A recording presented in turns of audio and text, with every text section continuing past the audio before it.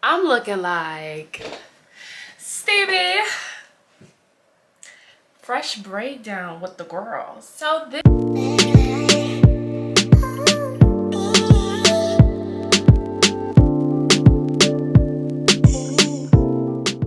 video is brought to you by pause, time out. Hey girls, welcome back to my channel. It's your favorite girl, Imani Bailey, and as you can see, I ain't got no wig on, sis. So this video is brought to you by and sponsored by the great Luvme hair. Now this is actually my third wig that I've tried from them, and they sent me this wig, and we're gonna talk about it because this is like one of the first wigs I've ever had like this. So this is a T-part wig. Everything will be linked down below, and it's a bit different. Once I show y'all, like, y'all gonna be like, oh my gosh, girl, we seen it together. So I just finished bleaching the knots of the wig, and this is what the inside of the wig looks like. It is a T-part wig, which is fine because y'all know I always wear a middle part anyway. Like, I really don't switch up my hair that often. And it comes with a very thick elastic band. If you can see, it's really attached on both sides of the lace. As you can see, we have like a little color, just a bit. I'm not really like a color girl that much, if we're gonna be completely honest, but I am excited to try this on. So first things first, y'all know I gotta do my edges, and we're doing this with just a mini edge control and a wet toothbrush. And now, like, y'all know my edges are like a lot, so I just like to pull them down and do a swoop, and that's what I'm going to do. I can't wait to really curl this hair. I really think the curls are kind of, I don't want to say they're annoying, but they're a bit much for somebody who has a very low hairline. So usually I'm rocking a closure. I already sprayed the inside of my wig, and I am just going to be using this old, y'all, I need to get another one, but don't judge me. This old wig cap. I already oiled my head. I'm using an eyebrow scissors because they give you a precise cut. And I'm just going to move the hair like so. I'm literally grabbing it by the tab that we are about to cut. And I'm just pulling the hair all the way back, y'all. It's so seamless. It's very easy when you're working with frontals. And after that, we're just gonna pop this on our head. Y'all, this is the moment of truth. I haven't seen this on me at all, so I'm very intrigued how this is gonna look. It's not bad. She definitely needs to be, I feel like I'm giving, have y'all seen Harry Potter? Y'all know that one professor, the one with the, he was like, y'all know what professor? I forgot what the man's name is, but I'm gonna insert him right here. That's what I feel like he looks like. So the wig fits very snug on my head. I'm so glad that it comes with the elastic band. So we have a little problemo. Just to tap it, I need to order another hot comb, or maybe I don't, but I like accidentally set my hot comb on one of my makeup bags and completely destroyed it, y'all. Completely destroyed it. And so I don't want to like turn it on and heat it up because I think that it'll start to bubble over. I don't know how to clean it out it being like burnt because it's literally plastic. It's plastic on it. So I don't know, y'all. Hopefully somebody knows in the comments. Right now I am going to have to improvise, and I'm going to use a wand to try to flatten the hair. This is so cute. It's actually a lot cuter than I really thought it was gonna be. And this is a 16-inch, normally shorter than I would get, but I really like it. And so what I decided to do was I just pulled, this is my baby hair up front, just because that's just the style that I like and that I want to have. And as you can see, like, the wig is very transparent. And what I'm going to do is I'm going to get my wax stick, and I want this like voluminous look, especially because of the color right here, and it just makes it really cute. So what I'm gonna do first is flat iron the hair.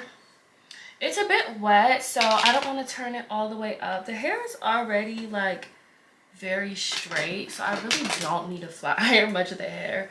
It kind of came very straight and bob like. The only part that really needs to be flat ironed are the ends, because As you can see, the wig is very soft. Like it's very soft to the touch. It has like a lot of body to it. I would love to see how curls would look in this, and maybe one day I'll probably curl it. But today we're just gonna keep it straight and do like a very straight look, and it's just very gentle. Shout out to Luvme hair, and we're gonna get into this and talk about gentleness as it pertains to the touch, but also in femininity. So get out your notebooks, get out your Bibles, and let's get into it. And we're going to start off with a definition. I'm going to go over some verses as to where this is found in the Bible, but there's so many places it's found in the Bible, so these are just like my 2 favorite verses that I'm going to point out. Then we're going to go into some figures and some people who exude gentleness, and then I'm going to give you the tips on how to improve within your gentleness. So let's get right into it. Gentleness is actually one of the fruits of the Spirit that you will find in. Let's go to Webster's, and this is Webster's definition of gentleness. It says the quality of being kind, tender, and mild-mannered. The second definition in Webster's says softness of action or affect, semicolon, lightness. So whenever you think gentle, when I think gentle, I think of like someone who's very like motherly. I think of a gentle and a soft touch. I think of something that's light. I think of like a feather. I don't know. Close your eyes and just think about when I say the word gentleness, what do you think of? What do you imagine? There's no like wrong answer in this. I think of a couple of other things. Now open your eyes, and if you have your Bible, we're going to turn to Proverbs 15 chapter 1 verse 4. Cut. Okay. I'm reading from Proverbs 15 verses 1 through 4. I'm reading from the NIV version of the Bible, and it says, a gentle answer turns away wrath, but a harsh word stirs up anger. The tongue of the wise adorns knowledge, but the mouth of a fool gushes folly. The eyes of the Lord are everywhere, keeping watch on the wicked and the good. The soothing tongue is a tree of life, but a perverse tongue crushes the spirit. Now this is an example of what gentleness is in the Bible and what gentleness can do. A gentle answer turns away wrath. Like even that first verse is that's something that sticks out to me, and as I've talked about on my TikTok, gentleness is something that I am continuing to work on, but something I've definitely had to work on growing up with being more gentle. And as I'm like exploring womanhood, and as I'm getting older, and one day I'm going to become a mother and a wife, I want to make sure that I'm creating a safe space, and I want to be able to be gentle to other people. But just that first verse, a gentle answer turns away wrath. In my TikTok, I mentioned there are 2 different ways of how you can handle things. You can be very gentle, or you can be very harsh, right? And say just, okay, even if I give a small example of asking someone to do something for me, if I need help from a man, and I ask him, hey, can you get the case of water from my trunk and bring it in? And I asked him this like 2 days ago. It's been 2 days and he hasn't gotten the case. Now I could yell at him and say, I asked you to do this 2 days ago and you still haven't done it, right? Not saying that is super harsh, but it's of a little bit of hastiness and a little bit of wrath. Now if I were to get real soft on him, like, you know, I really would appreciate it if you would have brought in the water a couple of days ago. I'm actually very parched. I don't want to overwork myself when I have someone so strong in my presence. I'm so glad that I have a man that's as strong as you. See, when you start to move in your femininity and be a bit gentle with how you are approaching situations, you kind of get the outcome that you more than likely most of the times want, right? And we can't control people, but being more gentle with our mouth and with our tongues, like the verse says, it can ice or put water, as you will, on fiery situations. Now, if we skip down to the 4th verse, and it says the soothing tongue. Now, some of the other versions of the Bible say a gentle tongue. So I'm going to just insert the word gentle here. A gentle tongue is a tree of life, right? Our mouths are very, very important. Our tongue is very important. We speak life and death. There's so much power in our tongue. And it's saying that a gentle tongue is a tree of life. You want to speak life. And when you're speaking life into something and being gentle with something, you are giving it life. That's how I look at it, right? And the Bible is up for interpretation, but it's literally telling us right here, but a perverse tongue crushes the spirit. Have you ever been crushed in your spirit, whether it was from like a parental figure, right? There have been times where growing up, my mom was not as gentle with me as I would have wanted her to be. And that's probably every child can attest to that. And it would crush a spirit. And so when I want to become a mother, I want to make sure that I'm not crushing my child's spirit all the time, because that will have an effect on how they are growing up. And then on the flip side, as we are maneuvering through this life, right, as a woman, and we encounter other men whose spirit has probably been crushed in their lives from not being with people who are gentle, we're having to deal with the wrath of that, although it might not have been our fault. So let's now turn to Ephesians 4:2. Ephesians 4:2, I'm reading for the New International Version, the NIV version, and it says, "Be completely humble and gentle, be patient, bearing with one another in love." So this is something that gentleness goes, like I said, I gave you the Webster's definition and I also gave you the biblical definition. It's crazy how these definitions overlap. They're basically one and the same, right? Gentleness, we have kindness, we have tenderness, we have mild-mannered, we have lightness, we have softness, we have being humble. These are all words or synonyms of gentleness. And so we're going to skip now and talk about some figures, because it's Black History Month. The two figures that I have, like, I can go on and on about different figures of gentleness and different stories of gentleness, even in my life and in the Bible. But one I want to talk about is the lo and behold, one of the most famous, Dr. Martin Luther King Jr.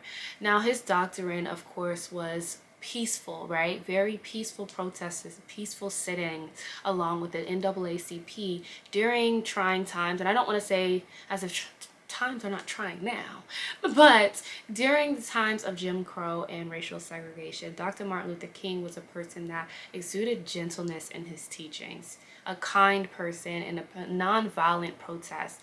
And from his teachings, we can go back to the Bible and we can see that a gentle tongue turns away wrath.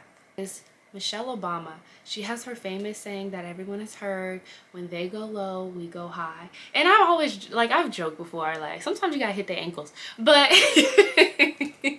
sometimes you gotta hit their ankles.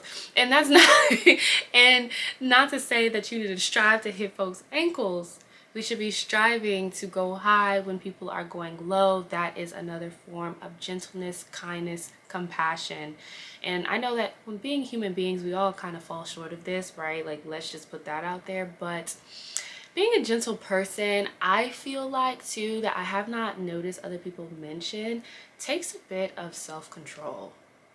Because if the real me is not really gentle, it takes me being aware, right, of my actions and aware of what I really want to do and having to make the conscious decision to not do it. So that goes into things that you can do to increase your gentleness. One is be slow to anger. Try to become slow to anger. Life is very short. I used to be an angry person. I would get angry fairly quickly.